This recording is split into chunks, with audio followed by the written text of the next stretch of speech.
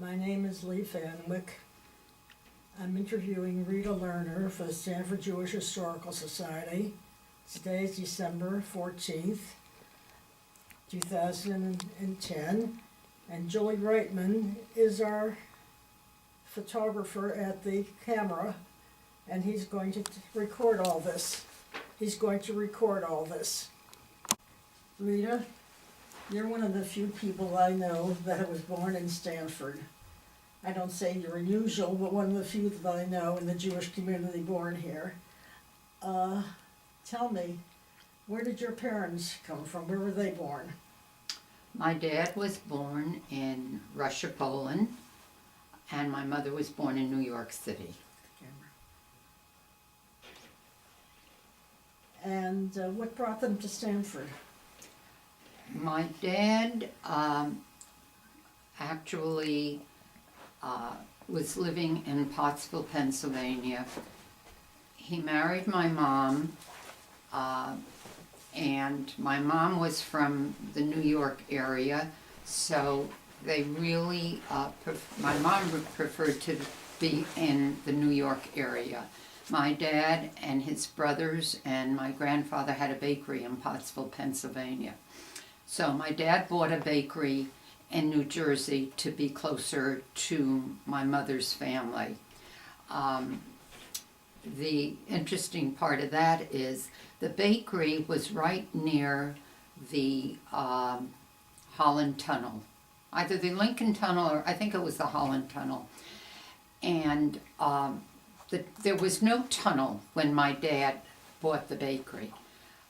But when the tunnel was open, he realized that it would be easy for all the commercial bakers like Wonder Bread and Silver Cup Bread to just travel through the tunnel, and his bakery would become obsolete. So he decided it was a good time to get out. And there was a bakery for sale in Stanford.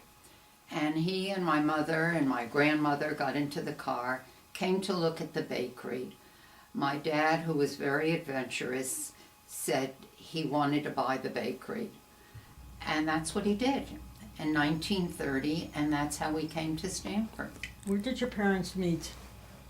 My parents were first cousins, so they were family members from way back. You were born here, your brother, your family, your brothers were born here? My oldest brother, Harold, was born in Pottsville because my dad was still in business with my grandfather and my uncles. When he went to New Jersey, there was a 6-year difference between my two brothers. I'm the youngest. There were no children. However, when they came to Stanford, Marvin was born, and then I was born a year and a half later. Were you born at home or were you born in the hospital? I was actually born in Norwalk Hospital because that's where my mother's obstetrician was. Where did you go to school? I went to school, it's no longer there, Elm Street School. It was on the property where General Ree is, on the corner of what used to be Hawthorne Street, but what is that, Main Street now? And there was a little convenience store next door to General Ree, and that's where Elm Street School was. And that's where I started. And then I went to Cherry Lawn, which was a private school in Darien, for a couple of years. When my dad sold the bakery and the New England Thruway came through and we were kind of dislocated, we lived in Chapin for a while. So from Elm Street School, I went to Cherry Lawn, and then I went to Rogers School, and then Stanford High. So I was basically educated in Stanford.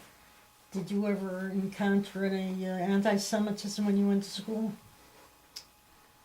No, not that I can remember. I'm thinking in the lower grades. I grew up in a mixed white black Italian neighborhood because that's where the bakery was, and that's where we all lived. The Liebermans lived down the street from us. The Hecks lived across the street. The Apex. Karrases, Apex. Apex, right? They were all related.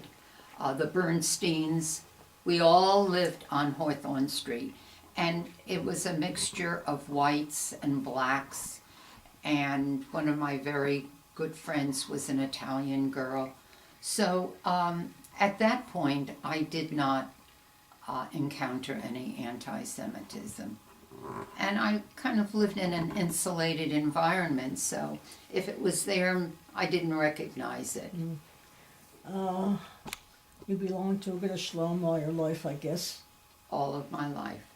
And you were here when Rabbi Aaron Krantz came? Oh, yes. I was already a teenager at that point. Yeah. What was before he came, what was the synagogue like? Well, the synagogue, I don't know how many people remember Grove Street, but it was a tight community. Life revolved around the synagogue. I think it revolved more around the synagogue and the Jewish center than any place else. And the only two synagogues and temples were Agudath Shalom and Bethel. So either you belonged to Bethel, you belonged to Agudath, or you didn't belong anywhere.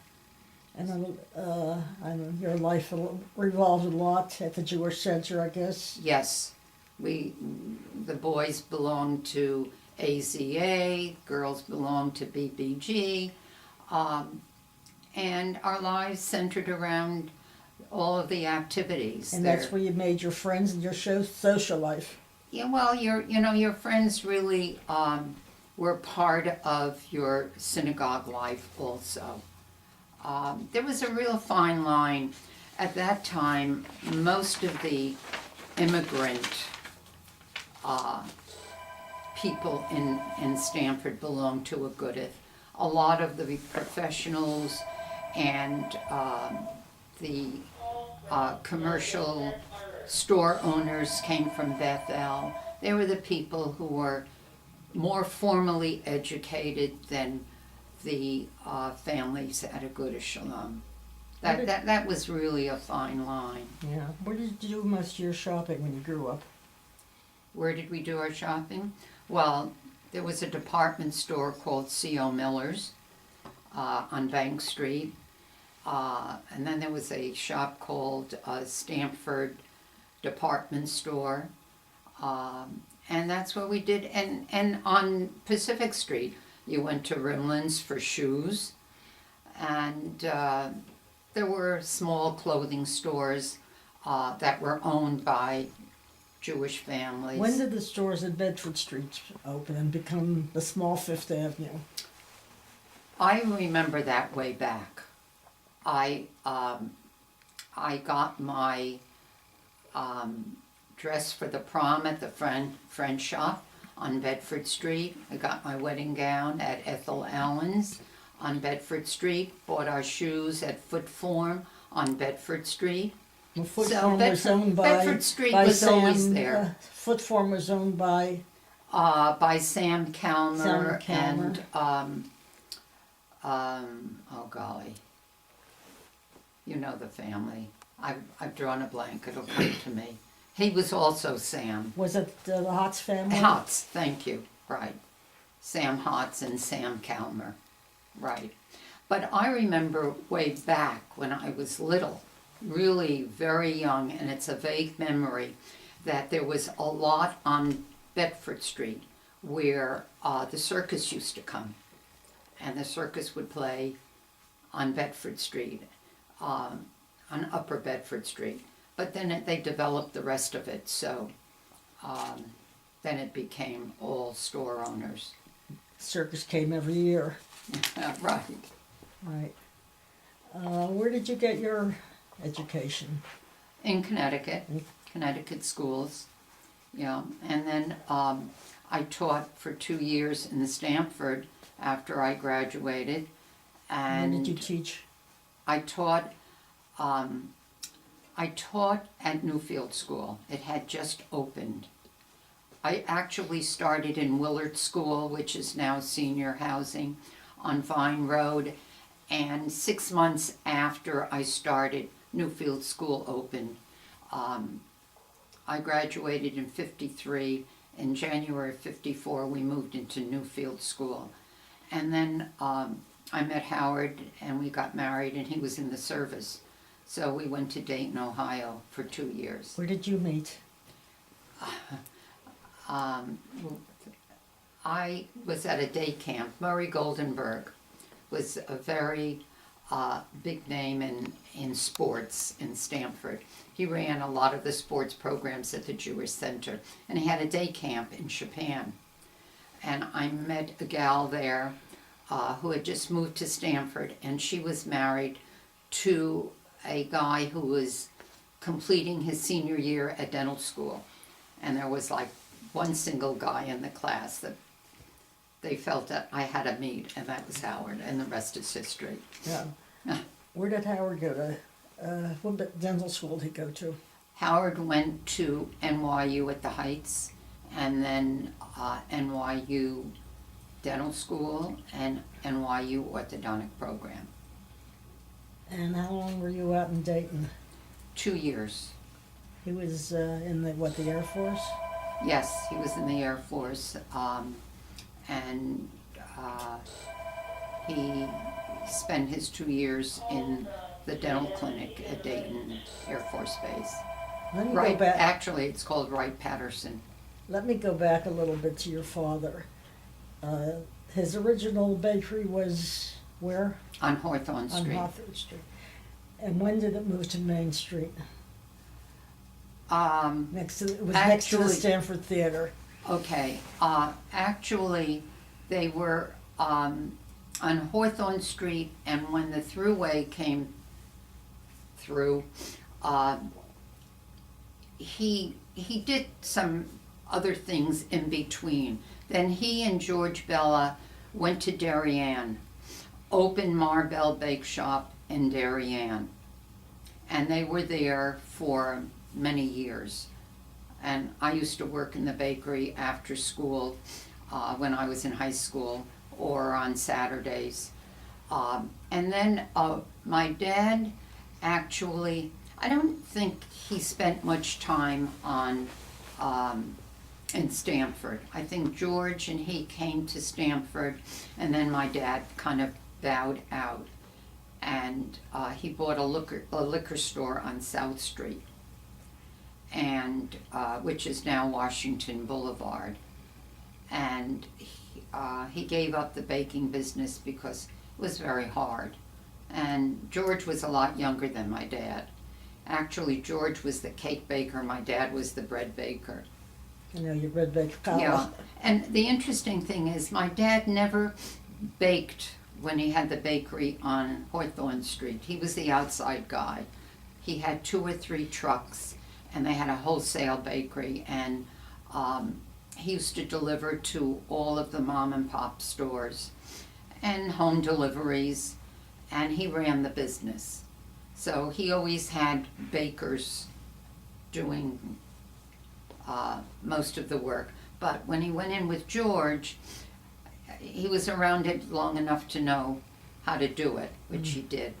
So that's how it evolved. But he wasn't in Stamford that long. And when did you come back to Stanford? When did I go back? When with Howard? Oh, in 1950, we were married in 55, went to the service, and we came back in 57. You have an interesting way when you got married. Oh, You were married twice. You want to Right. talk about that? well, Howard had a report to the service in August. And at the time, we were to be married Labor Day weekend. And it turned out that he had to do 3 weeks basic training in Montgomery, Alabama. He went to Montgomery, Alabama, and it turned out that our wedding date was considered travel time from Montgomery. They tagged on all the travel time at the end of his 3 weeks. Because of the Second World War, so many servicemen were getting married on weekends, on time off. They passed a law that if you got married on travel time, you could not be a dependent of the U.S. government, any service that you joined. So it meant that we were going to spend 2 years in the service, and I could not have the privileges of a serviceman's wife. So we decided we had to get married before the wedding date was set. So we went in to see Rabbi Ehrenkrantz, and Rabbi Ehrenkrantz said, okay, you're getting married in New York. I have a friend in Portchester. He said, we'll drive to Portchester on Thursday. We were getting married on Sunday. I'll marry you on Thursday, and it'll all be legal. So we said, okay. So we needed 2 witnesses. So my brother and Howard's brother picked them up at the railroad station, picked up Rabbi Ehrenkrantz after morning minyan, and we drive to Portchester. We get to Portchester, and just, I don't know whether you remember the circle as you get into Portchester off the post road. He says, pull over. And we say, pull over? We pull over. He says, I'm going to marry you in the car. He said, we don't have to go to the shul. He married us in the car. And that was Thursday morning. My parents never knew. Howard's parents never knew. And actually, we were married in New York on September the 4th, but our marriage license says September the 1st. So that was a little secret. I think on our 5th or 10th anniversary, we told our parents about it. So I thought that was very that's how we funny. started our marriage. Also, your father was instrumental in bringing Cantor Cohen here from Pottsville. Cantor Cohen's first job was in Pottsville, Pennsylvania. And Pottsville was a little mining town, and the Jewish community couldn't support a Cantor. And my dad had gone back and forth to see his family, so he knew Cantor Cohen. He knew Shalom Cohen. And we needed a Cantor. So he came, he interviewed, and the rest is history. He came, he stayed, and he was here for many years. Yes. I thought that was interesting that that we There should was get that tie. that little item. Yeah. Where did your brothers go to school? My brother Harold went to Northwestern, and then he went to Chicago Med School. My brother Marvin was in the first graduating class at Brandeis University, 1952. And then he went on to Yale to get his fine arts degree. And then he became a set designer, lighting designer. You know, he worked on the movie Annie. He designed that. Yes, he had 5 nominations, one of which was Annie. There were several. You've been active a lot in towns, you and Howard. You were president of Sisterhood. As part of a group, a presidium. You yes. and I were at one time. Right. My mother. Your mother was president. Yeah, my mother was always very active in the Sisterhood. She was president of Sisterhood, and then she actually was on the national board of the Union of Orthodox Sisterhoods, and she was president of the Connecticut Regional, and she did a lot. And what other organizations have you been active? Jewish Family Service? I was vice president in Hadassah. I had been active in Jewish Council for Jewish Women. That was one of the first organizations I belonged to. And then from there was Hadassah and Sisterhood and, you know, all the things that you do. And also hospice care you were very active with. Yes, there for a while. We ran hospice breakfasts for several years. I'm a supporter of hospice and other organizations. Have there been any awards that you've received working with all these organizations? I can't remember those. Don't ask me about that. Awards? Yes. You know, I've got certificates and things like that. What certificates? I had one from JFS and way back, one from Hadassah for something. Howard's also been active in, what has he been active in? Well, he's been active. He sat on a couple of boards. With the synagogue, he had done adult education for several years. He was very active in the Stanford Dental Society, was president at one point.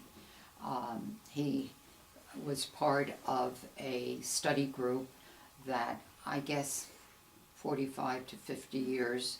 He is retired now, but he still participates. They do seminars every other year.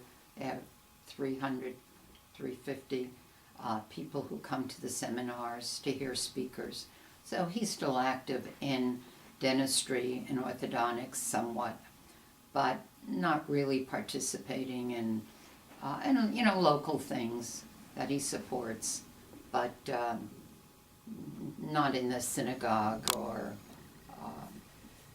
Tell me about your children. We have three. Greg is our oldest. He was actually born in the service.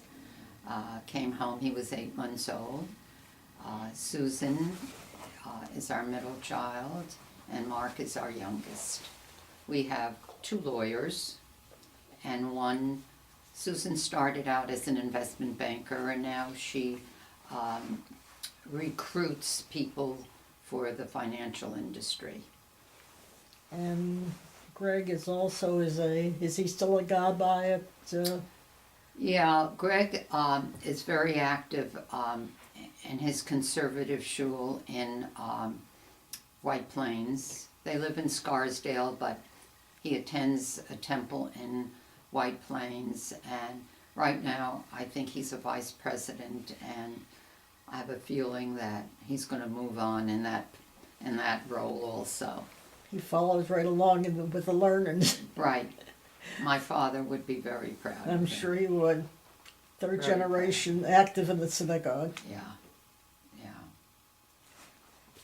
Rita, are there any pictures you'd like to show us of your children, maybe to put on, Pictures of my children. or what's in your book here? Actually, these are really old pictures. We're not really big on pictures in this family. Are